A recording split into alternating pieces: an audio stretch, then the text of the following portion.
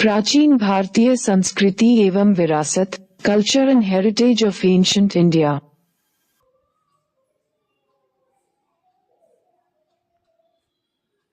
संस्कृति की परिधि इतनी व्यापक होती है कि इसे किसी एक परिभाषा में बांध पाना कठिन है। इसमें खान पान, रहन सहन, विचार एवं दृष्टिकोण, धर्म एवं दर्शन, वैज्ञानिक चिंतन एवं तकनीकी, साहित्य एवं कला सभी शामिल होते हैं। भारतीय संस्कृति को विविधतामूलक माना गया है। इसका कारण यहाँ का भूगोल एवं इतिहास दोनों है। भारत में भौगोलिक एवं जलवायु संबंधी विविधता के कारण विभिन्न क्षेत्रों में निवास करने वाले लोगों के खान पान, रहन सहन, वेशभूषा आदि में बड़ा अंतर आ गया। पश्चिम भारत एवं उत्तर पूरब के समुदायों, हिमाचल की तलहटी में बसने वाले, मैदानी भाग में रहने वाले तथा प्रायद्वीपीय भारत में निवास करने वाले लोगों की जीवन पद्धति में अंतर आ गया। लोगों के खान पान, रहन सहन, पहनावा ओढ़ावा, उत्सव समारोह में होने वाले अंतर ने क्षेत्रीय संस्कृति के उद्भव का मार्ग प्रशस्त कर दिया। परंतु ये स्मरणीय है कि भूगोल एक क्षेत्र से दूसरे क्षेत्र में जनसंख्या प्रवास में स्थायी बाधा उपस्थित नहीं कर सका। लोगों का संपर्क न केवल भारतीय उपमहाद्वीप के अंदर के क्षेत्र से, बल्कि बाहर के क्षेत्रों से भी होता रहा। विंध्य पर्वत श्रेणी प्रायद्वीपीय भारत की ओर जाने वाले मार्ग में बड़ी बाधा उपस्थित नहीं कर सकी तथा एक क्षेत्र से दूसरे क्षेत्र में लोगों की आवाजाही वैदिकोत्तर काल से ही होती रही। हमारी पौराणिक कथाओं में ऋषि अगस्त्य तथा विंध्य पर्वत के बीच होने वाला तनाव ये दर्शाता है कि उत्तर से दक्षिण की ओर जनसंख्या का प्रवास होता रहा था। फिर प्राचीन भारत के लोग भी संपूर्ण भारतीय उपमहाद्वीप के संदर्भ में सोच रहे थे। प्राचीन ग्रंथों में भारतीय महाद्वीप के लिए जम्बूद्वीप शब्द का प्रयोग हुआ तथा संपूर्ण जम्बूद्वीप पर शासन करने वाले शासक के लिए चक्रवर्ती की उपाधि सुरक्षित की गई।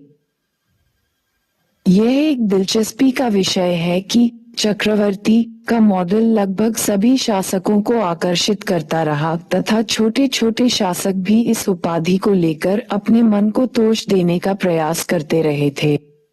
उसी तरह अखिल भारतीयता की अवधारणा ने प्राचीन विद्वानों एवं बुद्धिजीवियों को भी आकर्षित किया है। कालिदास की मेघदूतम रचना से यह ज्ञात होता है कि कालिदास को भारत के भूगोल का कितना ज्ञान था। इस प्रकार भौगोलिक एवं जलवायु संबंधी विविधता ऋषियों एवं व्यापारियों की गतिशीलता तथा शासकों की महत्वाकांक्षाओं पर अंकुश नहीं लगा सकी। ईसा पूर्व 4वीं सदी में ही मौर्यों ने एक ऐसे साम्राज्य की स्थापना की जो उत्तर पश्चिम में हिंदुकुश पहाड़ी से लेकर पूरब में बंगाल तथा दक्षिण में ब्रह्मगिरी तक फैला हुआ। इस प्रकार भारतीय उपमहाद्वीप के विभिन्न क्षेत्रों के बीच परस्पर संपर्क बना रहा तथा एक क्षेत्र से दूसरे क्षेत्र के बीच वैचारिक एवं सांस्कृतिक आदान प्रदान होता रहा। इसलिए सांस्कृतिक विविधताओं के बीच एकता का सूत्र हमेशा विद्यमान रहा। भारतीय संस्कृति को स्वरूप देने में भौगोलिक कारक के साथ साथ ऐतिहासिक कारक की भी महत्वपूर्ण भूमिका रही। अगर हम इस कारक पर विचार करते हैं तो हम पाते हैं कि प्राचीन भारत में संस्कृति के स्वरूप को दिशा देने वाले ऐतिहासिक कारक के निम्नलिखित पहलू थे। नए सामाजिक समूहों का आगमन, उत्तर पश्चिम से हमेशा नवीन तत्वों का आगमन होता रहा तथा नए तत्व भारतीय जीवन में घुलते गए।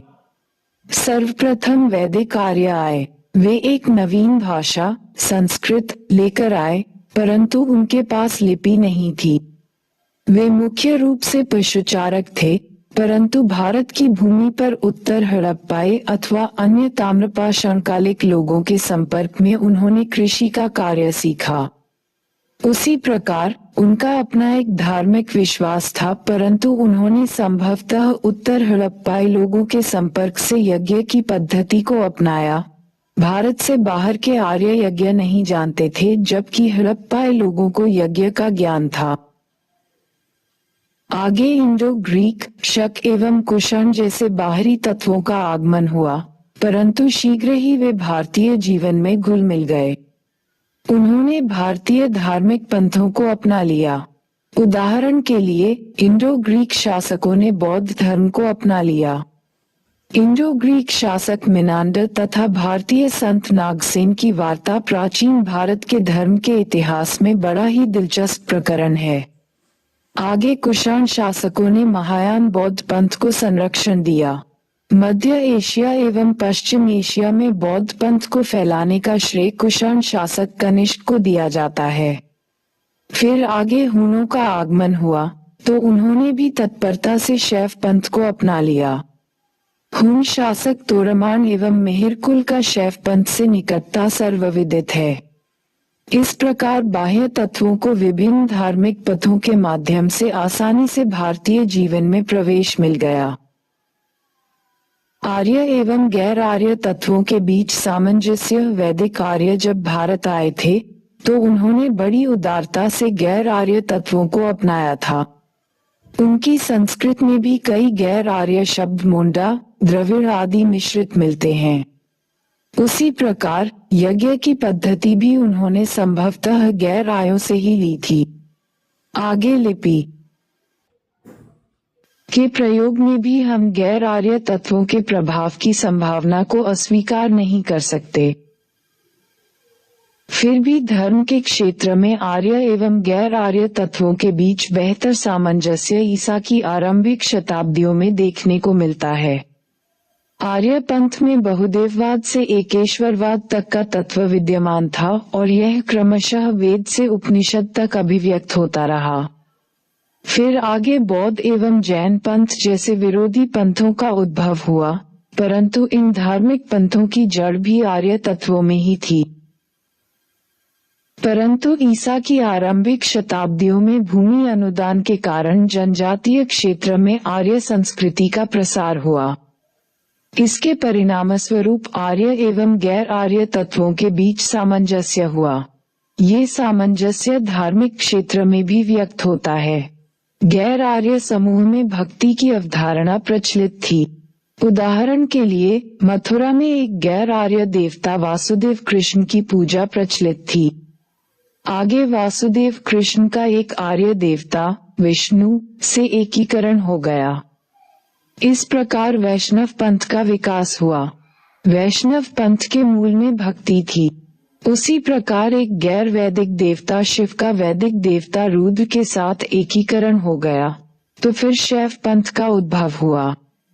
उसी काल में बौद्ध पंथ पर भक्ति का प्रभाव पड़ा, तो फिर महायान शाखा का विकास हुआ। भक्ति के साथ साथ गैर आर्य पंथों में अवतारवाद एवं मूर्ति पूजा की अवधारणा भी प्रचलित थी। इसका प्रभाव आर्य पंथों पर देखा गया। अवतारवाद की अवधारणा के माध्यम से आर्य तथा गैर आर्य देवताओं के बीच सामंजस्य संभव हुआ। उदाहरण के लिए विष्णु के 10 अवतार तथा शिव के 28 अवतारों की परिकल्पना की गई। ब्राह्मण पंथों ने मूर्ति पूजा को अपना लिया। बौद्ध पंथ में भी स्तूप एवं मूर्ति पूजा का प्रचलन आरंभ हो गया। जैन पंथ के अंतर्गत भी तीर्थंकरों की पूजा होने लगी। फिर गुप्त काल में चलकर मंदिर स्थापित कर ब्राह्मण देवताओं को समर्पित किया गया। इस प्रकार इस काल में भावी हिंदू धर्म का आधार निर्मित हो गया।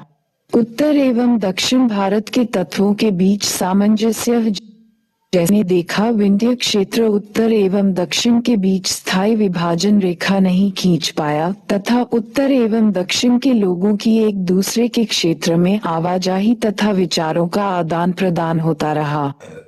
ऐसा माना जाता है कि उत्तर से पुराणों पर आधारित भक्ति का तत्व दक्षिण गया तथा संगम ग्रंथों पर आधारित प्रेम के तत्वों से जुड़ गया। अतः भक्ति का भावनात्मक पक्ष विकसित हुआ। भक्ति का यार एवं नयनार संतों के अंतर्गत क्रमशः विष्णु एवं शिव भक्ति के रूप में उपस्थित हुआ। आगे रामानुज जैसे ब्राह्मण आचार्य ने इसे एक सुस्पष्ट दर्शन का आधार दे दिया तथा इसे विशिष्टाद्वैत चिंतन के रूप में जाना गया।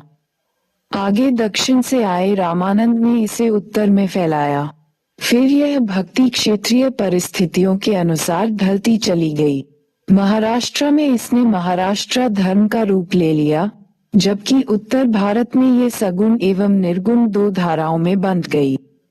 निर्गुण धारा नाथपंथ, भक्ति, इस्लाम के एकेश्वरवाद तथा सूफी पंथ के बीच सामंजस्य का परिणाम थी, तो सगुण भक्ति राम एवं कृष्ण दो देवताओं को केंद्र में लेकर चलती थी। इस प्रकार क्षेत्रीय विशेषता के आध्यात्मिक आंदोलन में विविधता आ गई, परंतु फिर भी कुछ मौलिक तत्वों में समानता बनी रही। अतः यह विविधता में एकता का उदाहरण बन गई। धर्म के अतिरिक्त कला एवं साहित्य के क्षेत्र में भी उत्तर एवं दक्षिण भारत के बीच आदान प्रदान होता रहा। सर्वप्रथम अशोक ने गुफा वास्तुकला को प्रोत्साहन दिया। आगे इसका विकास चैत्य एवं विहार के निर्माण के रूप में देखा गया। वस्तुतः अधिकांश चैत्य और विहार महाराष्ट्र एवं आंध्र क्षेत्र में विकसित हुए। फिर गुफा वास्तुकला का ही विकसित रूप पहाड़ों को काटकर निर्मित मंदिरों के रूप में देखने को मिलता है और इनका विकास पल्लव शासकों के अधीन हुआ। आगे जब नागर शैली कश्मीर एवं विंध्य क्षेत्रों के मध्य, द्रविड़ शैली कृष्णा नदी एवं कन्याकुमारी के मध्य तथा वैश्य शैली विंध्य क्षेत्र से कृष्णा नदी के बीच जैसी स्थापत्य की तीन विभिन्न शैलियां विकसित हुई, तो इन्होंने भी एक दूसरे पर प्रभाव छोड़ा। उत्तर एवं दक्षिण दोनों क्षेत्रों के मंदिर में मंडप के निर्माण का साक्ष्य मिलता है। उसी तरह उत्तर भारत के मंदिर में निर्मित जगमोहन कुछ हद तक दक्षिण भारत के मंदिरों से समानता रखता है। जहाँ तक वैश्य शैली का सवाल है, तो वैश्य शैली नागर एवं द्रविड़ शैली के मिश्रण से विकसित हुई। इस प्रकार के पारस्परिक लेन देन हम कला के अन्य रूप मूर्तिकला एवं चित्रकला में भी पाते हैं। वैसे तो भारत में मूर्तिकला के विकास की लंबी परंपरा रही थी तथा इसका आरंभिक रूप हड़प्पाई मूर्तिकला में पाते हैं, परंतु मूर्तिकला की एक अन्य धारा उत्तर पश्चिम से आई तथा इसकी पहचान गांधार कला के रूप में हुई। गांधार कला यूनानी रोमन कला के रूप में पहचानी गई तथा आगे इस पर मध्य एशियाई एवं भारतीय तत्वों का भी प्रभाव देखा गया। इस कला के अंतर्गत मूर्तियों के शरीर सौष्ठव एवं साज सज्जा पर विशेष बल दिया गया था। आगे गांधार कला ने मथुरा कला तथा अमरावती कला को प्रभावित किया, परंतु साथ ही उनसे प्रभावित भी हुई। उसी तरह अजंता चित्रकला ने एलोरा चित्रकला तथा चोलकालीन चित्रकला पर अपना प्रभाव छोड़ा। सबसे बढ़कर कला एवं विचारों के क्षेत्र में प्राचीन भारत बाहरी विश्व के लिए खुला पड़ा था। भारतीय अंकमाला का ज्ञान अरब विद्वानों के माध्यम से पश्चिम में फैल गया। दूसरी तरफ यूनानियों के खगोल शास्त्र के ज्ञान से भारतीय भी लाभान्वित हुए। भारतीय मूर्तिकला एवं चित्रकला मध्य एशिया से दक्षिण एशिया तक फैल गई। वहीं मूर्तिकला के क्षेत्र में भारतीयों ने प्राचीन यूनान एवं रोम से भी गांधार कला के रूप में उपहार प्राप्त किया। दिलचस्पी का विषय यह है कि भारतीय रामायण के कई क्षेत्रीय संस्करण दक्षिण पूर्व एशिया में विकसित हुए। सबसे बड़ा बौद्ध मंदिर इंडोनेशिया के बोरोबुदुर में निर्मित हुआ। प्राचीन भारतीय संस्कृति की उपलब्धियां। 1. विविधता में एकता का उदाहरण। विविधता में एकता की अभिव्यक्ति सर्वप्रथम धर्म के क्षेत्र में देखने को मिलती है, जिसे आगे हिंदू धर्म के नाम से जाना गया। वह कोई एक धार्मिक पंथ का प्रतिनिधित्व नहीं करता, अपितु वह विभिन्न धार्मिक पंथों का एक संघ है। इसमें ब्राह्मण पंथ, बौद्ध पंथ, जैन पंथ एवं अन्य उपपंथ अथवा उपसंप्रदाय शामिल होते गए। इसमें एकेश्वरवाद एवं बहुदेववाद, ज्ञान एवं भक्ति, योग एवं मूर्ति पूजा, अहिंसा के तत्व, पशु बलि, निराकार ईश्वर की उपासना एवं तंत्रवाद सभी शामिल हैं। तीर्थ यात्रा ने इन धार्मिक पंथों को एकता प्रदान की। सर्वप्रथम अरबी लोगों ने हिंदू शब्द को जन्म दिया तथा आगे ब्रिटिश ने संप्रदाय के रूप में इसे एक पृथक पहचान दे दी। फिर ईसा की आरंभिक शताब्दियों में ही भारत अब्राहमी, यहूदी एवं ईसाई परंपरा के धार्मिक पंथों से भी परिचित हो गया था। उदाहरण के लिए रोमन साम्राज्य से प्रताड़ित होने वाले यहूदियों के एक समूह ने भारत की ओर कूच किया। उसी प्रकार ईसा की आरंभिक शताब्दी में भारत में ईसाई पंथ का आगमन हुआ था। प्रसिद्ध ईसाई संत सेंट थॉमस भारत आए।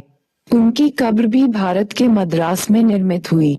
वहीं केरल में कुछ ईसाई बस गए। उसी प्रकार ईरान में इस्लाम के आगमन के बाद कुछ जोरोस्ट्रियन भारत की ओर पलायन कर गए तथा गुजरात में बस गए। वे पारसी कहलाए तथा वे बड़े ही सफल व्यवसायी सिद्ध हुए। उसी तरह मुस्लिम शासन की स्थापना से पूर्व ही अरब व्यापारी मालाबार तट पर बस गए। प्राचीन काल में भारतीय शासकों के द्वारा अन्य धार्मिक समूह के लोगों को प्रताड़ित किए जाने का कोई उदाहरण नहीं मिलता, अपितु उन्हें धर्म के अनुपालन की स्वतंत्रता मिली। विविधता में एकता की अभिव्यक्ति कला, भाषा, साहित्य आदि सभी क्षेत्रों में देखने को मिलती है। भाषा साहित्य के क्षेत्र में हम प्राचीनतम भाषा संस्कृत को मानते हैं। आगे इससे पाली, प्राकृत एवं अपभ्रंश भाषा का विकास हुआ। फिर पूर्व मध्यकाल में क्षेत्रीय भाषाओं का विकास हुआ, यथा बांग्ला, उड़िया, पंजाबी, मराठी, गुजराती, हिंदी आदि। उसी प्रकार द्रविड़ समूह की भाषाओं में प्राचीनतम भाषा तमिल थी। फिर कन्नड़, तेलुगु एवं मलयालम भाषा विकसित हुई। इन सभी मुख्य भाषाओं कई उपभाषाएं एवं बोलियां भी प्रचलित हुई। 2.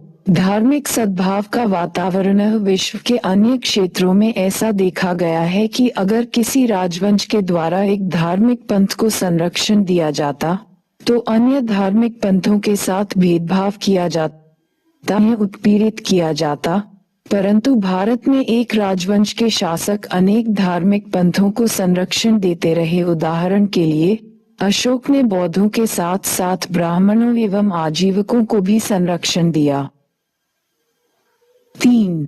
धार्मिक विचारों को व्यक्त करने की आजादी। इस तथ्य को अमर्त्य सेन ने अपनी प्रसिद्ध पुस्तक आर्ग्यूमेंटेटिव इंडियन में व्यक्त किया है। इनके अनुसार प्राचीन काल में सभी धार्मिक पंथ के लोग खुले रूप में एक दूसरे के साथ शास्त्रार्थ करते थे। इस तथ्य ने भारतीय संस्कृति को अतिरिक्त ऊर्जा प्रदान की।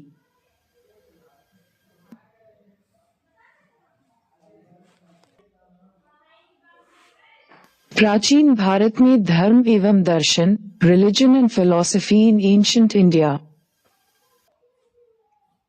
ऋग्वैदिक काल से उत्तर वैदिक काल तक एक जनजातीय समाज वर्ण विभाजित समाज में ढल गया था और उसी के साथ धर्म का एक स्पष्ट स्वरूप उभर कर आया। वैदिक धर्म की निम्नलिखित विशेषताएं थीं। 1. प्रकृति का दैवीकरण। प्रकृति की जिन गुत्थियों को वैदिक आर्य नहीं सुलझा सके उसका उन्होंने दैवीकरण कर दिया, अर्थात उन्हें देवता मान लिया, जैसे सूर्य, पृथ्वी, चंद्रमा आदि। 2. बहुदेववाद। परंतु मूर्ति पूजा नहीं। बहुदेववाद वैदिक धर्म की सामान्य विशेषता थी तथा मंत्रों के माध्यम से देवताओं का आह्वान किया जाता था, परंतु प्राचीन यूनान की तरह यहाँ मूर्ति पूजा प्रचलित नहीं थी। 3. पुरुष तत्वों की प्रधानता। ऋग्वैदिक काल में आर्थिक सामाजिक आवश्यकता के अनुकूल देवताओं के स्थान का निर्धारण हुआ। ऋग्वैदिक काल में सर्वश्रेष्ठ देवता के रूप में इंद्र, अग्नि और वरुण थे। इंद्र युद्ध के देवता पुरंदर तथा वर्षा के देवता पुरभिद थे। दूसरे प्रमुख देवता अग्नि थे, क्योंकि अग्नि का उपयोग न केवल खाना पकाने के लिए बल्कि जंगलों की सफाई के लिए भी होता था। साथ ही वे देवता और मानव के बीच मध्यस्थ की भूमिका भी निभाते थे। वरुण को ऋत्स्य गोप अर्थात प्राकृतिक नियमों का रक्षक कहा जाता था। ऋत की परिकल्पना संभवतः ऋग्वैदिक आर्यों की सबसे ऊंची आध्यात्मिक उड़ान थी। वरुण को केवल प्रार्थना अथवा यज्ञ से संतुष्ट नहीं किया जा सकता था, बल्कि उसके लिए नैतिक स्तर का ऊंचा होना भी आवश्यक था। उत्तर वैदिक काल तक देवताओं के स्थान में परिवर्तन आया। अब 3 सर्वश्रेष्ठ देवताओं के रूप में प्रजापति, विष्णु एवं रुद्र स्थापित हो गए। वस्तुतः उत्तर वैदिक काल तक आकर वैदिक आर्यों के जीवन की प्राथमिकताएं बदल गई थीं। अब वे स्थायी जीवन जीने लगे थे। उसकी आधारभूत संरचना इसी काल में विकसित हुई थी। वैसे ऋग्वैदिक काल और उत्तर वैदिक काल में कुछ देवियों का भी जिक्र मिलता है, किंतु उनका स्थान देवताओं से नीचे है, यथा उषा, निशा, अरण्यानी, रात्रि आदि। 4. अलौकिक एवं भौतिकतावादी दृष्टिकोण। वैदिक आर्य भौतिक सुख के लिए उपासना करते थे, मोक्ष के लिए नहीं। यहाँ उपासना का उद्देश्य था प्रजा, पुत्र एवं धान्य की प्राप्ति।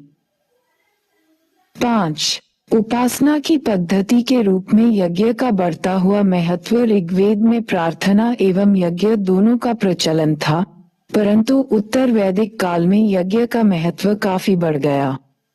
सबसे बढ़कर यज्ञ में पशु बलि और मंत्र दोनों का महत्व बढ़ जाने से यज्ञ कर्मकांड प्रधान हो गया। बुद्धकालीन धर्म। बुद्ध काल तीव्र आर्थिक सामाजिक परिवर्तन की प्रक्रिया से गुजर रहा था तथा उसी के अनुरूप धर्म भी प्रभावित हुआ। आर्थिक परिवर्तन से आशय है कृषि एवं नगरीय अर्थव्यवस्था का विकास। वैदिक धर्म इसके अनुकूल नहीं था। एक तरफ वैदिक यज्ञ में बड़ी संख्या में पशुओं की बलि दी जा रही थी, वहीं दूसरी तरफ इस काल में कृषि अर्थव्यवस्था की मांग थी पशुधन की सुरक्षा। उसी प्रकार नए धार्मिक पंथों के द्वारा व्यापार को भी संरक्षण दिया जा रहा था। अब जहां तक सामाजिक परिवर्तनों का सवाल है, तो कहीं न कहीं क्षत्रिय वर्ण की महत्वाकांक्षा ब्राह्मणों से टकरा रही थी। अधिकांश धर्म सुधारक क्षत्रिय वर्ण से ही आए थे। धार्मिक पंथों की विशेषताएं। 1. धार्मिक पंथों की बहुलता। इस काल में बौद्ध ग्रंथ के अनुसार 62 धार्मिक संप्रदाय थे, जबकि जैन ग्रंथ के अनुसार 363 धार्मिक संप्रदाय। 2. संन्यास मार्ग का बढ़ता हुआ महत्व। इस काल में संन्यास की ओर लोगों का आकर्षण बढ़ा था। इसे श्रमण संस्कृति का नाम दिया जाता है। 3. अधिकांश धार्मिक पंथों के द्वारा कर्म, पुनर्जन्म और मोक्ष की अवधारणा पर बल दिया गया। इसका अपवाद भौतिकतावादी चिंतन है। प्रमुख धार्मिक पंथ है। उपनिषद वैदिक धर्म के अंतर्गत ही वैचारिक विकास को दर्शाता है। इसने यज्ञ अथवा पशु बलि को अस्वीकार कर दिया। इसके बदले में ज्ञान को मुक्ति का साधन माना। वह ज्ञान है ब्रह्म एवं आत्मा की एकता का ज्ञान। इसके अनुसार ब्रह्म और जीव दोनों एक हैं तथा मोक्ष के लिए ज्ञान आवश्यक है।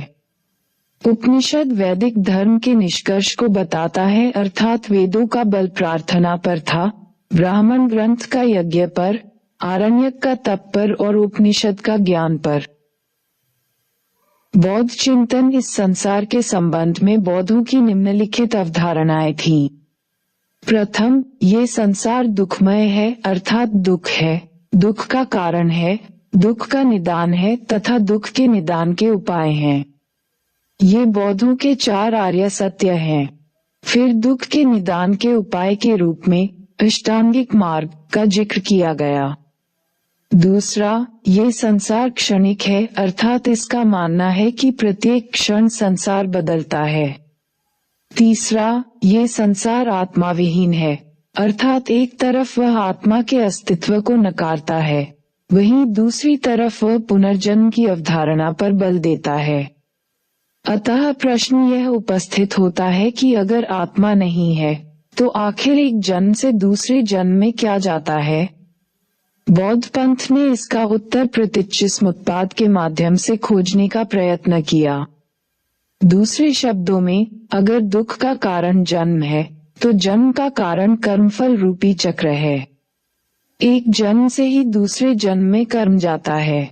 बौद्ध धर्म में इसे कारण एवं परिणाम अर्थात कार्य कारण पद्धति के माध्यम से व्यक्त करने का प्रयास किया गया है। जैसे एक दीपक बुझते ही दूसरे दीपक को जला देता है, तो पहला दीपक कारण है और दूसरा परिणाम। जैन चिंतन जैनियों के अनुसार यह संसार शाश्वत है, किंतु इसमें उत्थान भौर पतन का काल आता है। उत्थान के काल को उत्सर्पिणी तथा पतन के काल को अपसर्पिणी कहा गया है। माना जाता है कि उत्थान के काल में 63 शलाका पुरुष, महान पुरुष पैदा होते हैं, जबकि पतन के काल में मानव का आकार छोटा हो जाता है। 63 शलाका पुरुष में 24 तीर्थंकर और 12 शासक होते हैं। जैनियों के अनुसार जीव और अजीव के संयोग से इस सृष्टि का संचालन होता है। वे जीव की श्रेणी में आत्मा को मानते हैं और अजीव की श्रेणी में धर्म, अधर्म, आकाश, काल, समय, पुद्गल, कर्म को मानते हैं। जैनियों का उद्देश्य है जीवन को पुद्गल से मुक्त करना, उसे कैवल्य की स्थिति माना गया है। इसके लिए वह 2 प्रक्रियाओं की चर्चा करता है। प्रथम, संवर, इसके लिए उसका कहना है कि जीव में पुद्गल के प्रवेश को रोकना पड़ेगा। दूसरा, निर्जरा, इसका अर्थ है जीव में जो पुद्गल प्रविष्ट हो गया है उसे नष्ट करना। इसी क्रम में काया क्लेश पर बल दिया जाता है। जैन पंथ में कैवल्य को सर्वोच्च ज्ञान माना गया है। इसमें 5 अणुव्रत अथवा महाव्रत का जिक्र मिलता है। जैनियों का एक प्रमुख चिंतन स्याद्वाद अथवा अनेकांतवाद माना जाता है। इसके अनुसार सत्य की अनेक अवस्थाएं होती हैं। सत्य एक है तथा अनेक है, स्थिर है एवं परिवर्तनशील है, इसलिए सावधानीपूर्वक बयान देना चाहिए। भौतिकतावादी चिंतन बुद्ध और महावीर के समकालीन चिंतकों में हम कुछ भौतिकतावादी चिंतकों को भी देखते हैं। ये चिंतक थे अजित केशकम्बलिन, पकुद कच्चापन, पूरण कश्यप, मिक्खली गोशाल, संजय बेलटपुत आदि। फिर आगे इन्हीं की परंपरा से चारवाक भी जुड़ गए थे। इन चिंतकों ने कर्म, पुनर्जन्म अथवा मोक्ष की अवधारणा में विश्वास प्रकट नहीं किया। अजित केशकम्बलिन ऐसा मानता था कि कर्म का कोई फल नहीं होता, इसलिए जैसा चाहते हो वैसा करो। वह यदृच्छावादी कहलाया। चारवाक इसी परंपरा का है। चारवाक ने प्रत्यक्ष अनुभव को ज्ञान का साधन माना। मक्खली गोशाल, जो आजीविक संप्रदाय का संस्थापक था, नियतिवादी था, अर्थात हमारा भविष्य पूर्व निश्चित है। भौतिकतावादी चिंतन का सबल पक्ष ये था कि इस चिंतन में धर्मनिरपेक्षता थी। यदि यह चिंतन जीवित रह गया होता तो इसने वैज्ञानिक विचारों को प्रोत्साहन दिया होता, किंतु ऐसा नहीं हो सका।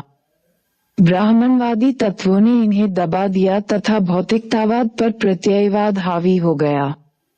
वहीं दूसरी तरफ इसने कर्म एवं पुनर्जन्म की अवधारणा को अस्वीकार कर दिया, जो तात्कालिक सामाजिक मांगों के अनुकूल था। यही वजह है कि वे समाज पर अपेक्षित प्रभाव नहीं छोड़ पाए। 6ठी सदी ईसा पूर्व के काल को बौद्धिक क्रांति का काल क्यों माना जाता है? उत्तर भारत में 6ठी सदी ईसा पूर्व का काल आत्मान्वेषण का काल था। यह वह काल था जब लोगों ने मृत्यु के बाद के जीवन, आत्मा, ब्रह्म आदि पर विचार करना आरंभ किया। यद्यपि 6ठी सदी ईसा पूर्व में ये बौद्धिक विकास एक क्रमिक परिवर्तन का परिणाम था तथा इसकी पृष्ठभूमि आरण्यक काल से ही निर्मित थी। फिर भी हम इसे बौद्धिक क्रांति का काल मानते हैं क्योंकि इस काल में पंथों तथा विचारों में विविधता देखी गई।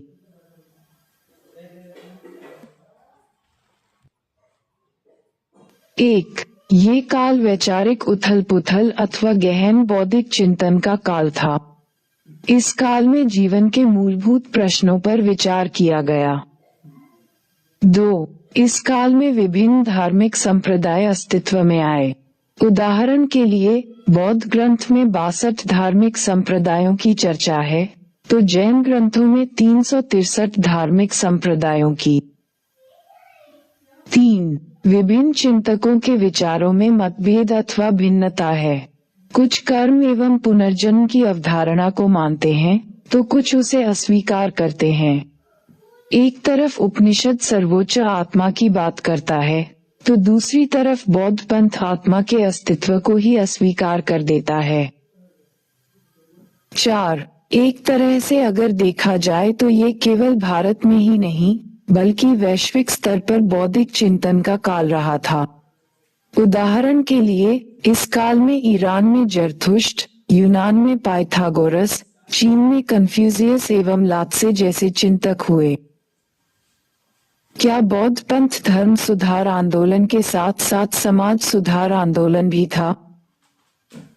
बौद्ध पंथ का गहरा संबंध तात्कालिक आर्थिक सामाजिक परिवर्तनों के साथ जुड़ा रहा था। इसलिए ये धार्मिक आंदोलन के साथ साथ सामाजिक आंदोलन भी सिद्ध हुआ। इसे निम्नलिखित रूप में समझा जा सकता है। 1, इसने यज्ञ एवं वैदिक कर्मकांड को अस्वीकार कर दिया। 2, इसने आत्मा और परमात्मा को अस्वीकार कर समकालीन 3 धार्मिक विवाद से अपने को दूर रखने का प्रयत्न किया।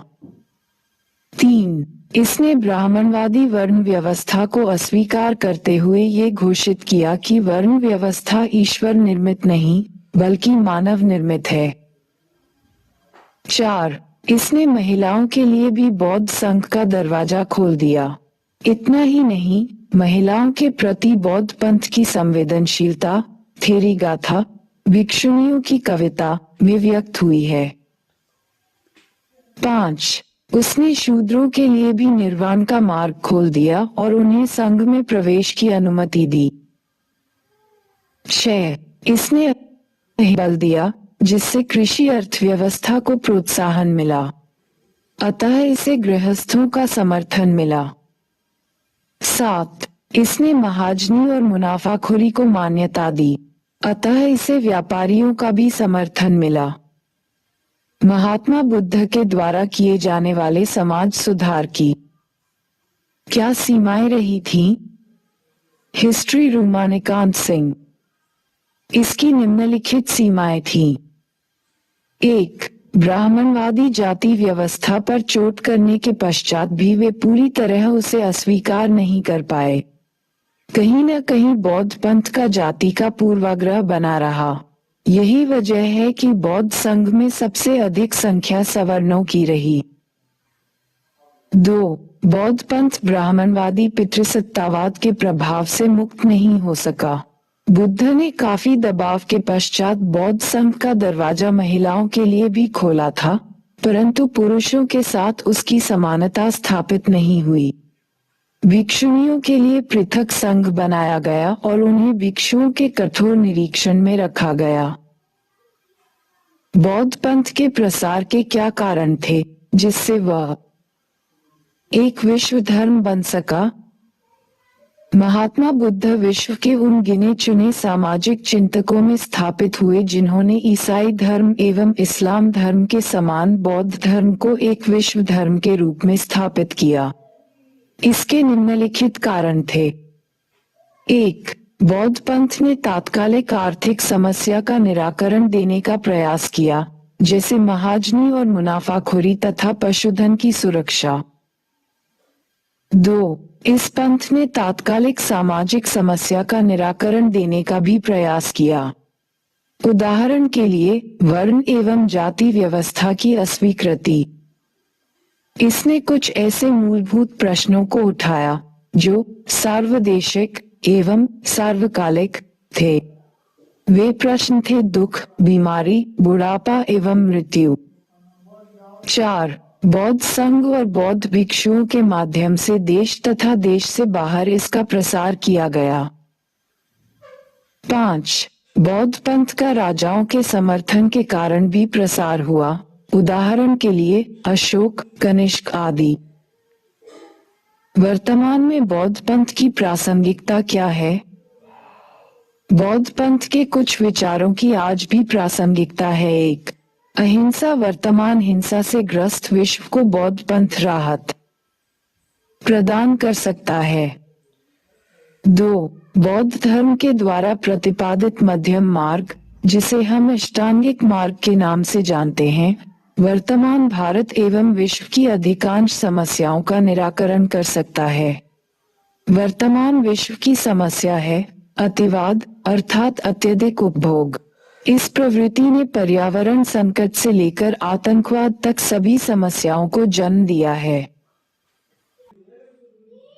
3. बौद्ध पंथ ने जाति विभाजन को अस्वीकृत कर दिया था, इसलिए आधुनिक युग में भी यह प्रासंगिक बना रहा। 1956 में भी डॉक्टर भीमराव अंबेडकर ने महारों को बौद्ध पंथ ग्रहण करने के लिए प्रोत्साहित किया।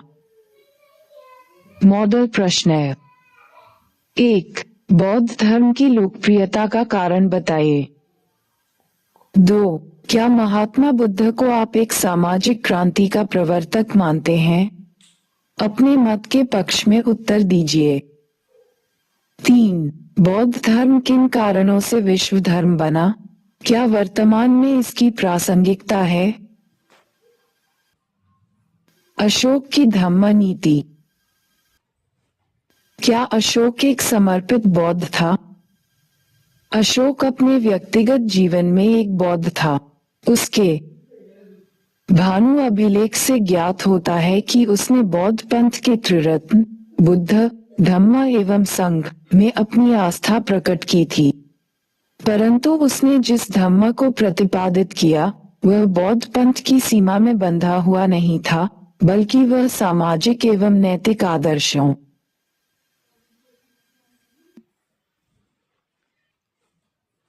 को व्यक्त करता था जो उत्तम जीवन के लिए आवश्यक था।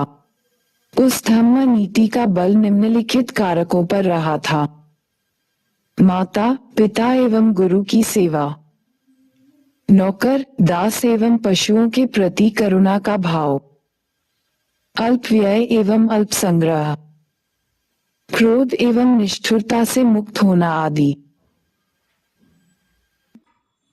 अशोक की धम्म नीति निम्नलिखित उद्देश्यों से प्रेरित थी: 1. राजनीतिक उद्देश्य। राजनीतिक दृष्टि से इसका उद्देश्य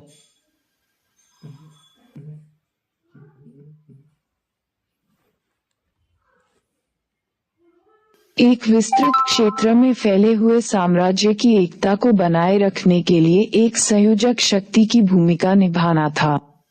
उसके माध्यम से साम्राज्य की एकता और अखंडता को बनाए रखना संभव होता। 2. आर्थिक उद्देश्य। आर्थिक दृष्टि से इसका बल पशुधन की सुरक्षा पर रहा था। वस्तुतः पशुधन की सुरक्षा कृषि अर्थव्यवस्था की मांग के अनुकूल थी, अतः हिंसा की अवधारणा पर बल देकर इसने कृषि अर्थव्यवस्था को प्रोत्साहित किया। 3. सांस्कृतिक उद्देश्य। सांस्कृतिक दृष्टि से यह विविधता में एकता लाने का प्रयास था, क्योंकि इसके माध्यम से विभिन्न धार्मिक पंथों के बीच टकराहट को रोका जा सकता था। अशोक की धम्म नीति का घरेलू नीति पर प्रभाव: 1. कम से कम धन शक्ति का प्रयोग कर शासन का संचालन करना। 2. राज्य के लोक कल्याणकारी स्वरूप पर बल देना। 3. कर्मठ प्रशासन एवं बेहतर गवर्नेंस पर बल दिया। उदाहरण के लिए उसके अभिलेख से हमें ये ज्ञात होता है कि उसके अधिकारी किसी समय भी उससे मिल सकते थे।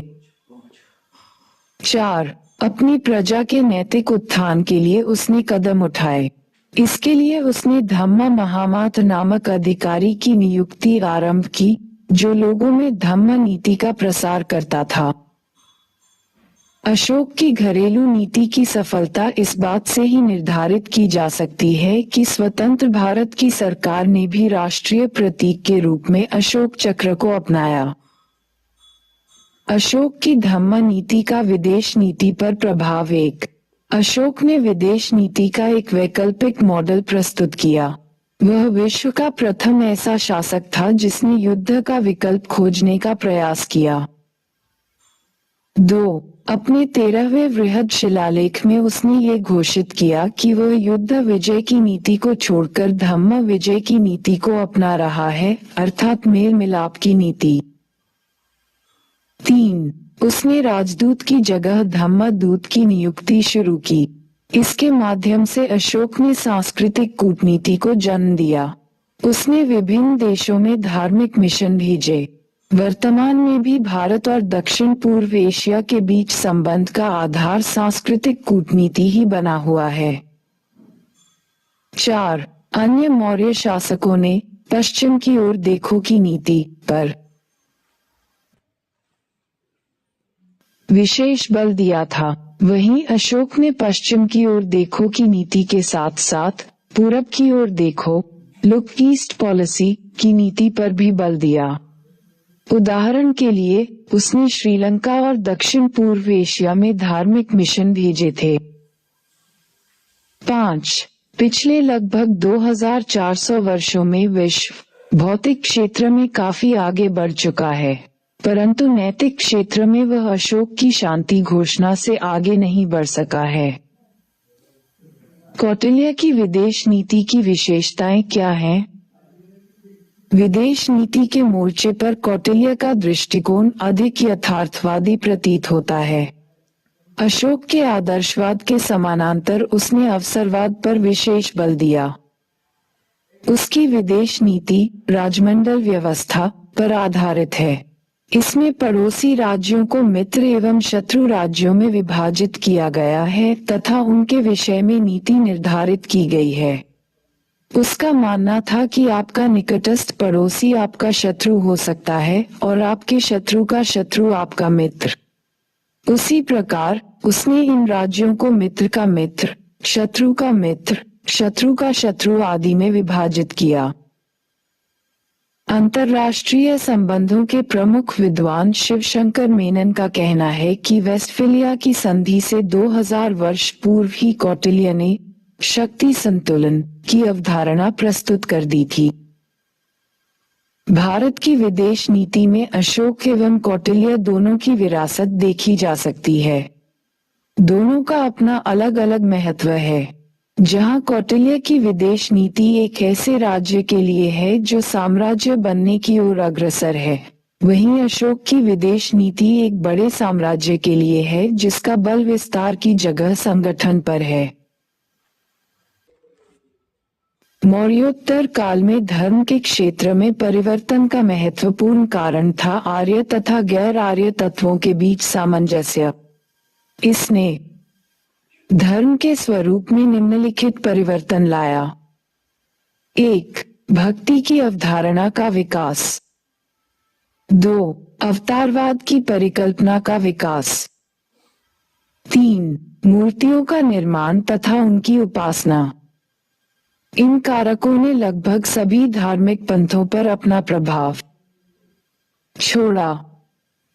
ब्राह्मण पंथ। वैष्णव पंथ का विकास आर्य एवं गैर आर्य तत्वों के मिश्रण से वैष्णव पंथ का विकास हुआ। वासुदेव कृष्ण एक गैर आर्य देवता थे। वे मथुरा के पंच वृष्णि नायक से संबद्ध थे। इन वृष्णि नायकों में वासुदेव कृष्ण, संकर्षण, बलराम, श्याम, प्रद्युम्न एवं अनिरुद्ध का विवरण मिलता है। प्रथम सदी के मथुरा के मोरा अभिलेख से इनके विषय में हमें सूचना मिलती है। उसी प्रकार पाणिनि के अष्टाध्यायी एवं छांदोग्य उपनिषद से भी हमें वासुदेव कृष्ण की सूचना मिलती है। आगे वासुदेव कृष्ण का एकीकरण एक अन्य गैर आर्य देवता नारायण के साथ हो गया। इनकी उपासना हिमालय क्षेत्र में होती थी और इनके उपासक पशुचारक थे। फिर इन गैर आर्य देवताओं के ऊपर विष्णु जैसे आर्य देवता को स्थापित कर दिया गया। इस प्रकार वैष्णव पंथ का विकास हुआ। शैव पंथ का विकास एक गैर आर्य देवता के रूप में शिव की चर्चा हड़प्पा सभ्यता के काल में ही मिलती है। वहीं एक वैदिक देवता रुद्र का विवरण पहली बार ऋग्वेद में प्राप्त होता है। आगे इन दोनों देवताओं के बीच एकीकरण हो गया और फिर शैव पंथ का विकास हुआ। भक्ति की अवधारणा के साथ अवतारवाद की परिकल्पना भी जुड़ गई। विष्णु के 10 अवतार और शिव के 28 अवतारों की परिकल्पना की जाने लगी।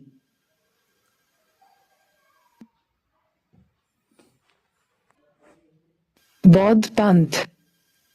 भक्ति के प्रभाव से बौद्ध पंथ के अंतर्गत महायान शाखा का विकास हुआ। महायान पंथ ने बौद्ध धर्म के स्वरूप को ही बदल दिया तथा इसे ब्राह्मण पंथों के निकट ला दिया। महायान शाखा पूर्व काल की हीनयान शाखा से निम्नलिखित रूप में भिन्न थी। 1. हीनयान शाखा में बुद्ध की ऐतिहासिकता स्पष्ट थी। उन्हें शिक्षक एवं उपदेशक के रूप में देखा जाता था, परंतु महायान शाखा में उन्हें देवता के रूप में स्वीकृति प्राप्त हुई। इसके अंतर्गत बोधिसत्व की परिकल्पना विकसित हुई। बोधिसत्व वह है जो बौद्ध पंथ। भक्ति के प्रभाव से बौद्ध पंथ के अंतर्गत महायान शाखा का विकास हुआ।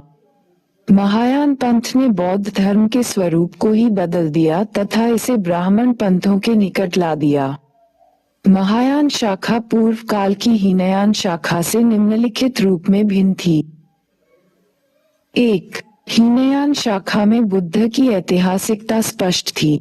उन्हें शिक्षक एवं उपदेशक के रूप में देखा जाता था, परंतु महायान शाखा में उन्हें देवता के रूप में स्वीकृति प्राप्त हुई। इसके अंतर्गत बोधिसत्व की परिकल्पना विकसित हुई। बोधिसत्व वह है जो निर्वाण प्राप्त करने की योग्यता रखता है, परंतु वह अपने निर्वाण को टालता जाता है क्योंकि वह अपने से पहले सभी प्राणियों को निर्वाण प्रदान करना चाहता है। वह दूसरे के लिए दुख भोग रहा है। इस प्रकार महायान का दृष्टिकोण अधिक आशावादी था। इसने हीनयान के विपरीत निर्वाण का दरवाजा सभी के लिए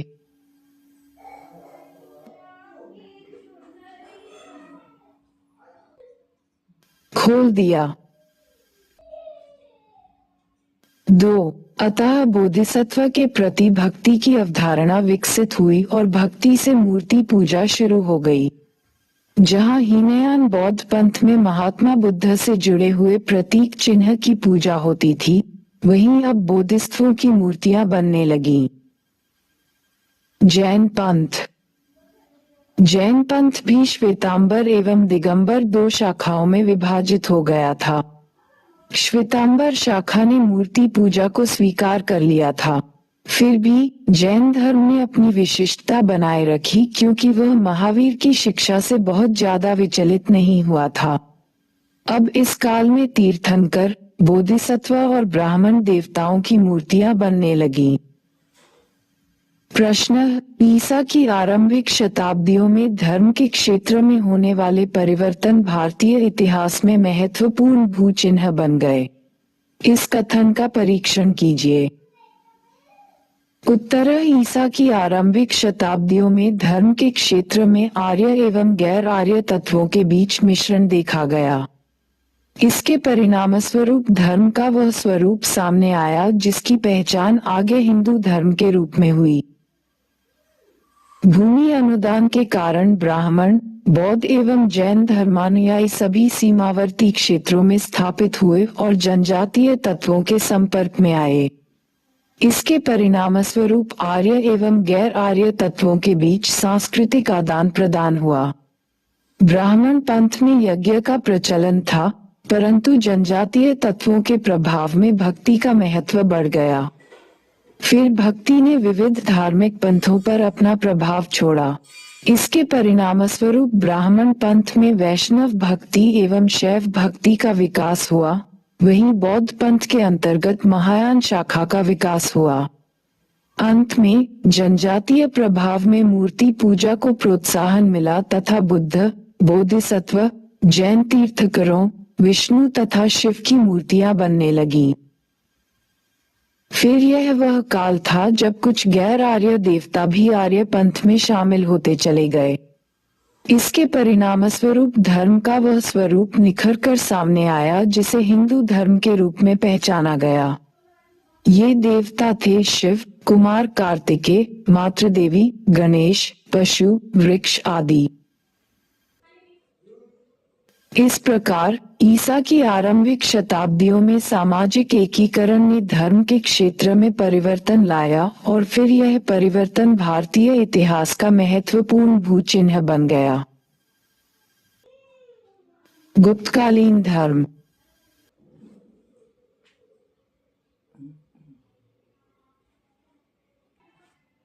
ब्राह्मणवादी पुनरुत्थान। चूंकि इस काल में ब्राह्मणवादी पुनरुत्थान हुआ था, इसलिए यज्ञ का महत्व बढ़ गया। गुप्त शासकों में दो शासक यथा समुद्रगुप्त एवं कुमारगुप्त जैसे शासकों को अश्वमेध यज्ञ करने का श्रेय दिया जाता है। उसी प्रकार सामान्य गृहस्थों में भी हवियज्ञ, सोमयज्ञ एवं पंच महायज्ञ प्रचलित थे। भक्ति प्रमुख प्रवृत्ति के रूप में ब्राह्मण एवं गैर ब्राह्मण तत्वों के मध्य सामंजस्य के परिणामस्वरूप भक्ति की अवधारणा विकसित हुई। भक्ति की अवधारणा के साथ अवतारवाद एवं मूर्ति पूजा की परिकल्पना भी जुड़ गई।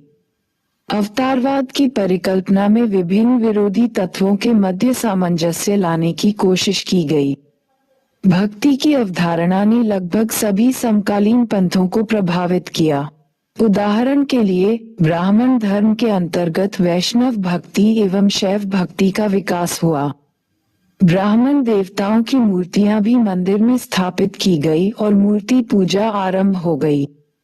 गुप्त काल में ही आकर त्रिदेव की परिकल्पना स्थापित हुई, अर्थात ब्रह्मा, विष्णु एवं महेश की परिकल्पना। गुप्त शासकों ने वैष्णव पंथ को संरक्षण दिया। गुप्त काल में गैर ब्राह्मण देवताओं की उपासना भी लोकप्रिय हो गई थी। उदाहरण के लिए मातृदेवी की पूजा, पशु पूजा, सर्प पूजा इत्यादि। तंत्रवाद का आरंभ। संभवतः गैर आर्य तत्वों के प्रभाव से धर्म के क्षेत्र में नवीन प्रवृत्ति देखी गई, उसे हम तंत्रवाद के रूप में पाते हैं।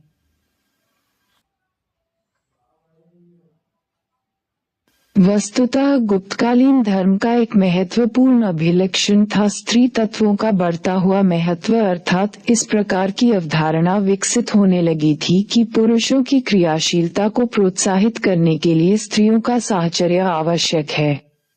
उदाहरण के लिए विष्णु के साथ लक्ष्मी जुड़ गई तथा शिव के साथ पार्वती। हड़प्पा सभ्यता में स्त्री की पूजा कुमारी के रूप में होती थी, परंतु गुप्त काल में मातृदेवियां देवताओं से संबद्ध थीं। इसके परिणामस्वरूप तंत्रवाद को भी प्रोत्साहन मिला। षड्दर्शन। षड्दर्शन अथवा 6 प्रमुख दर्शनों का विकास। वस्तुतः गुप्त काल तक विभिन्न प्रकार के दृष्टिकोण एवं चिंतन प्रचलित हो गए थे। ये दृष्टिकोण एवं चिंतन षड्दर्शन के रूप में स्थापित हो गए। ये इस प्रकार हैं: सांख्य, योग, वैशेषिक, न्याय, पूर्व मीमांसा एवं उत्तर मीमांसा। सांख्य दर्शन सबसे प्राचीन दर्शन है। इसके प्रवर्तक कपिल हैं। इस दर्शन का मूल ग्रंथ महर्षि कपिल का सांख्य सूत्र है। प्राचीन सांख्य दर्शन के अनुसार जगत की सृष्टि के लिए दैवीय तत्व का अस्तित्व मानना आवश्यक नहीं है, क्योंकि जगत की उत्पत्ति ईश्वर से नहीं अपितु प्रकृति से होती है। किंतु आगे चलकर प्रकृति के साथ पुरुष भी जुड़ गया। पुरुष का अर्थ है जीव। जैन दर्शन सांख्य दर्शन के निकट है। योग दूसरा प्रमुख दर्शन योग दर्शन है। भारतीय दर्शनों में संभवतः योग से ही संसार में सबसे अधिक लोग परिचित हैं। इस दर्शन में आत्मा नियंत्रण एवं आत्मयातना को सर्वोपरि माना जाता है। योग दर्शन के अनुसार ईश्वर सृष्टि का रचयिता नहीं है, बल्कि एक उत्कृष्ट या ऊर्जस्वी आत्मा है जो कभी भी पदार्थ में विलीन हुए बिना अस्तित्व में रही है। इसके प्रवर्तक पतंजलि हैं, जिन्होंने योग सूत्र की रचना की। न्याय ये तर्क पद्धति के माध्यम से सत्य तक पहुंचने का प्रयत्न करता है। इसके प्रवर्तक अक्षपाद गौतम हैं। इस दर्शन का मूल ग्रंथ गौतम कृत न्याय सूत्र है। न्याय का शाब्दिक अर्थ होता है विश्लेषणात्मक जांच। इस दर्शन में तर्क के प्रयोग का जो महत्व प्रतिपादित हुआ है, उससे भारतीय विद्वान प्रभावित होकर तार्किक रीति से सोचने और बहस करने की ओर झुके। वैशेषिक इस दर्शन का वैशेषिक नामकरण इस आधार पर है क्योंकि यह ब्रह्मांड को विशेषों में विभाजित करता है। यह एक प्रकार का परमाणु दर्शन है और इसके प्रवर्तक उलूक कणाद हैं। ये दर्शन विभिन्न प्रकार की परम वस्तुओं में अंतर करने का प्रयत्न करता है और सभी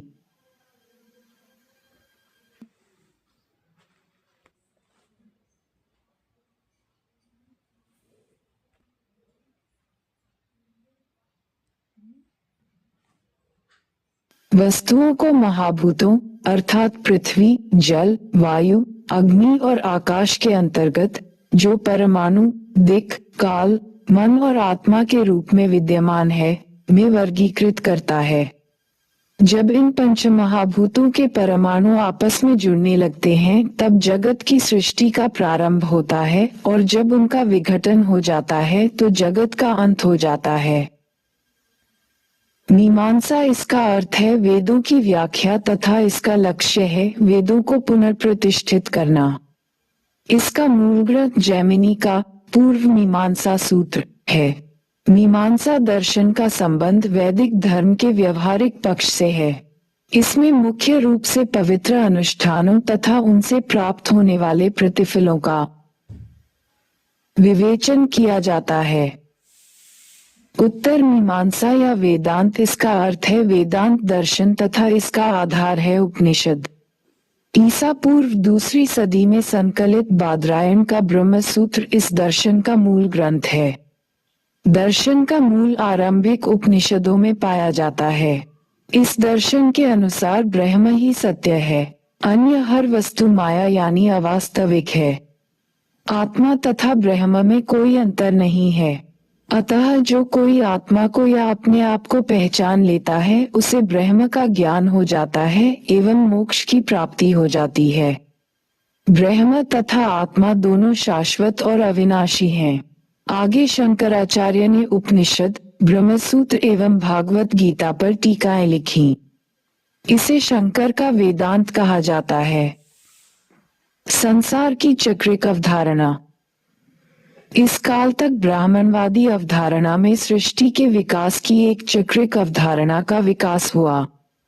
इसके तहत 4 युगों से मिलकर एक महायुग बनता है और 71 महायुगों का मनवंतर, कुल 14 मनवंतरों की परिकल्पना की गई।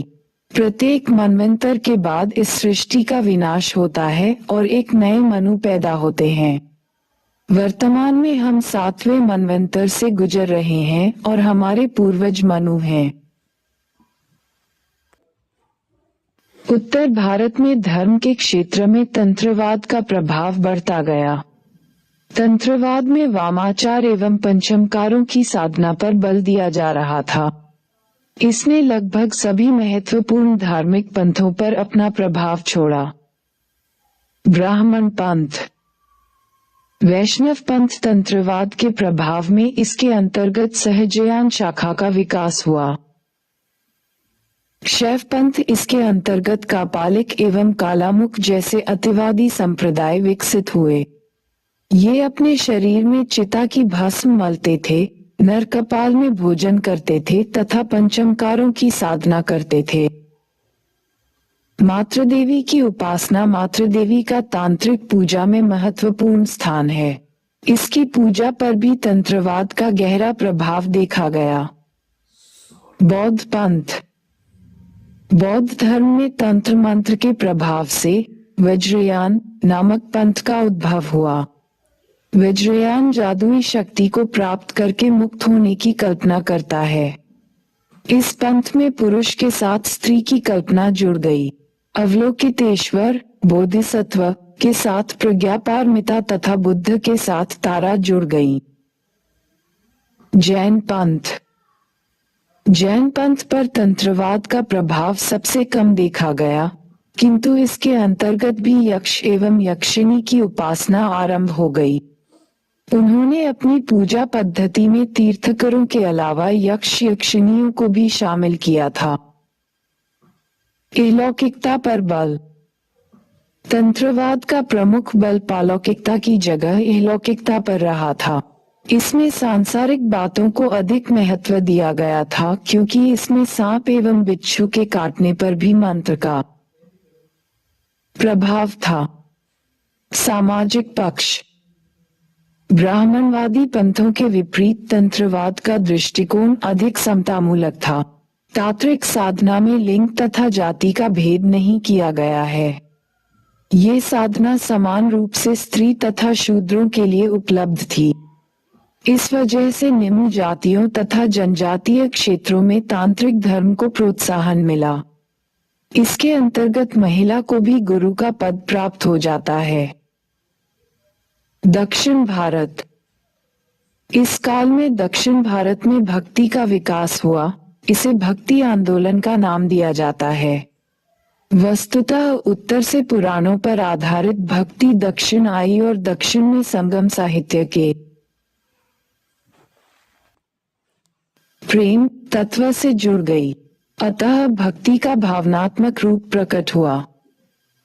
भक्ति आंदोलन को प्रेरित करने में अलवार, विष्णु पूजक तथा नयनार, शिव पूजक संतों की महत्वपूर्ण भूमिका रही। परंपरा के अनुसार 12 अलवार संत थे। इनमें एक पांड्य शासक कुलशेखर एवं एक महिला संत अंदाल भी थी। उसी प्रकार 63 नयनार संत थे। इन संतों में अप्पा, नामसंबंदर, सुंदरमूर्ति आदि प्रमुख थे। अलवार संतों के भजन प्रबंधम नामक ग्रंथ में संकलित हुए। दक्षिण में प्रबंधम को वेदों के समानांतर सम्मान प्राप्त है।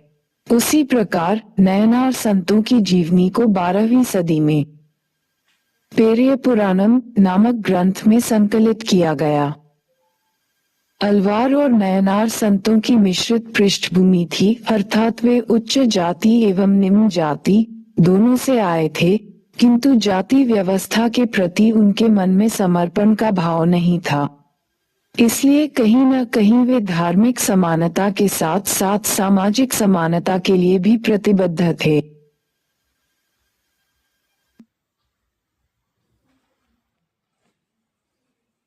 पूर्व मध्य काल तक उत्तर भारत में तंत्रवाद की एक अति महत्वपूर्ण शाखा विकसित हुई। इसे नाथपंथ के रूप में जाना जाता है। इसके संस्थापक मत्स्येंद्र नाथ थे। फिर आगे इसके महत्वपूर्ण संत गोरखनाथ हुए। नाथपंथियों ने नैतिक आचरण पर बल दिया, इसलिए हम उन्हें धर्म सुधारक के रूप में भी देख सकते हैं।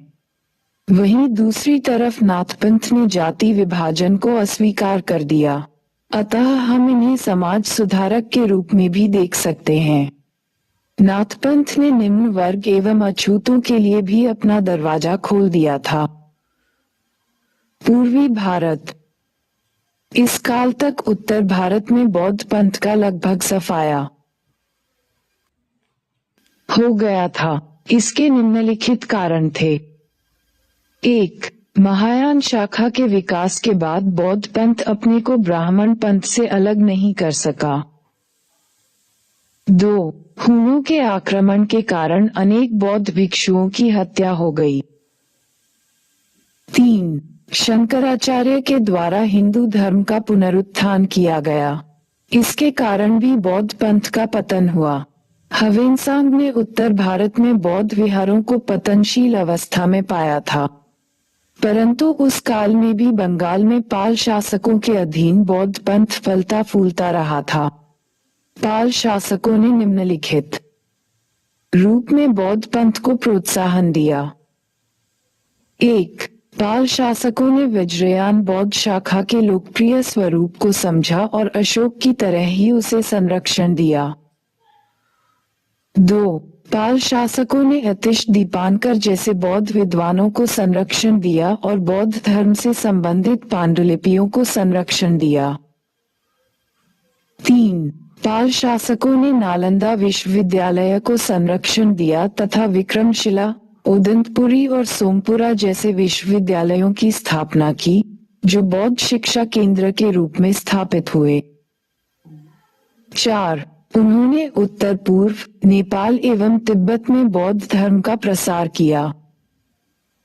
इसलिए अगर भारत में बौद्ध पंथ जीवित रहा तो पालों के संरक्षण के कारण। प्रश्न: भारत में बौद्ध धर्म के इतिहास में पाल काल अति महत्वपूर्ण चरण है। विश्लेषण कीजिए। यूपीएससी 2020। उत्तर पाल साम्राज्य को बंगाल के इतिहास में स्वर्ण युग माना जाता है। स्वर्ण युग मानने के पीछे के कारणों में से एक इस अवधि के दौरान बौद्ध धर्म का विकास था, जिसे पाल शासकों ने पूरे मन से संरक्षण दिया। पाल शासन काल में अनेक मठों एवं विश्वविद्यालयों का निर्माण करवाया गया, जैसे ओदंतपुरी का मठ, विक्रमशिला विश्वविद्यालय, नालंदा विश्वविद्यालय आदि। ये केंद्र बौद्ध शिक्षा के साथ साथ धर्मनिरपेक्ष अध्ययन के महान केंद्रों के रूप में उभरे। फिर देवपाल ने नालंदा विश्वविद्यालय के रखरखाव के लिए 5 गांवों की आय दान में दी। इस अवधि के दौरान अन्य शिक्षण केंद्रों जैसे जगद्दल, सोमपुरा, इराईकूट आदि का निर्माण किया गया। सुवर्णद्वीप के राजा बालपुत्री देवा ने पाल शासन के काल में नालंदा में एक मठ का निर्माण करवाया। इस अवधि के दौरान बौद्ध विषयों पर कई पांडुलिपियां और वज्रयान बौद्ध देवताओं की छवियों को ताड़ के पत्तों पर उकेरा गया था।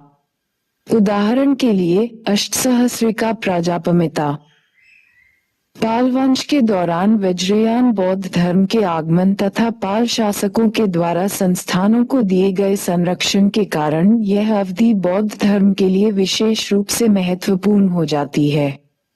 इस काल में वज्रयान बौद्ध धर्म बंगाल से तिब्बत, मंगोलिया और मध्य एशिया के कुछ हिस्सों में फैल गया। अतः निश्चय ही पाल शासन काल भारत में बौद्ध धर्म के विकास का एक महत्वपूर्ण पड़ाव है। दक्षिण भारत भक्ति आंदोलन। दक्षिण भारत में भक्ति आंदोलन का आधार अलवार और नयनार संतों ने तैयार किया था। आगे फिर आचार्यों का आगमन हुआ। ये आचार्य ब्राह्मण थे, अतः ब्राह्मण आचार्यों के अधीन भक्ति आंदोलन के स्वरूप में परिवर्तन आया। आचार्य रामानुज का आगमन एवं भक्ति आंदोलन के स्वरूप में परिवर्तन। 1. रामानुज ने वेद और प्रबंधम की परंपरा के बीच सामंजस्य लाया।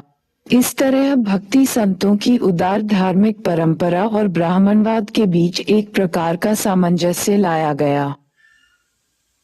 2. रामानुज ने धार्मिक क्षेत्र में सभी की समानता स्वीकार की, परंतु सामाजिक क्षेत्र में वर्ण विभाजन को बने रहने दिया। रामानुज ने एक प्रकार से सामाजिक रूढ़िवाद को प्रोत्साहन दिया। 3. रामानुज ने विशिष्टाद्वैत चिंतन के माध्यम से भक्ति आंदोलन को एक स्पष्ट दर्शन का आधार दिया। शंकर के अद्वैत चिंतन में रामानुज के द्वारा लाए गए संशोधन। 1. शंकर के अनुसार ब्रह्मा और जीव एक ही तत्व से निर्मित हैं और दोनों एक हैं। वहीं रामानुज के अनुसार यद्यपि दोनों एक ही तत्व से निर्मित हैं, परंतु एक नहीं है। ब्रह्मा अगर परिमाण है तो जीव उसका गुण। 2. शंकर के अनुसार जीव की मुक्ति के लिए ज्ञान आवश्यक है, परंतु रामानुज के अनुसार यद्यपि ज्ञान का महत्व है, परंतु जीव की मुक्ति के लिए ईश्वर की कृपा भी आवश्यक है। 3. शंकर के अनुसार जीव की मुक्ति ब्रह्म में लीन हो जाने में है, वहीं रामानुज के अनुसार जीव की मुक्ति ब्रह्म में लीन होने में नहीं है, बल्कि उसके निकट रहकर मिलन के इस आनंद को महसूस करने में है। शंकराचार्य की ऐतिहासिक भूमिका अथवा शंकराचार्य को हिंदू धर्मोद्धारक क्यों कहा जाता है? शंकराचार्य 9वीं सदी में केरल तट पर पैदा हुए तथा उन्होंने धर्म के क्षेत्र में सक्रियता दिखाई तथा कुछ ऐसे परिवर्तन लाए कि उन्हें हिंदू धर्मोद्धारक के नाम से जाना गया। शंकराचार्य ने हिंदू धर्म के पुनरुत्थान के लिए निम्नलिखित कदम उठाए। 1. उन्होंने अद्वैत दर्शन को पुनर्स्थापित कर हिंदू धर्म की वैचारिक एवं धार्मिक पृष्ठभूमि को मजबूत किया। 2. जनसामान्य के बीच उन्होंने मूर्ति पूजा को स्वीकृति दी। दूसरे शब्दों में, उन्होंने इस सृष्टि के रचयिता के रूप में ब्रह्मा, पालनहार के रूप में विष्णु तथा संहारक के रूप में शिव की अवधारणा दी। 3. हिंदू धर्म की भावात्मक एकता के लिए उन्होंने भारत के 4 छोरों पर 4 मठों का निर्माण करवाया। उदाहरण के लिए, उत्तर में बद्रीनाथ, दक्षिण में श्रृंगेरी, पूर्व में जगन्नाथपुरी एवं पश्चिम में द्वारका। 4. शंकराचार्य ने बौद्ध संघ के मॉडल पर हिंदू धर्म के प्रचार प्रसार के लिए ब्राह्मण सन्यासियों का एक संगठन तैयार किया तथा उन्हें बौद्ध और जैन चिंतकों से खुले शास्त्रार्थ की प्रेरणा दी।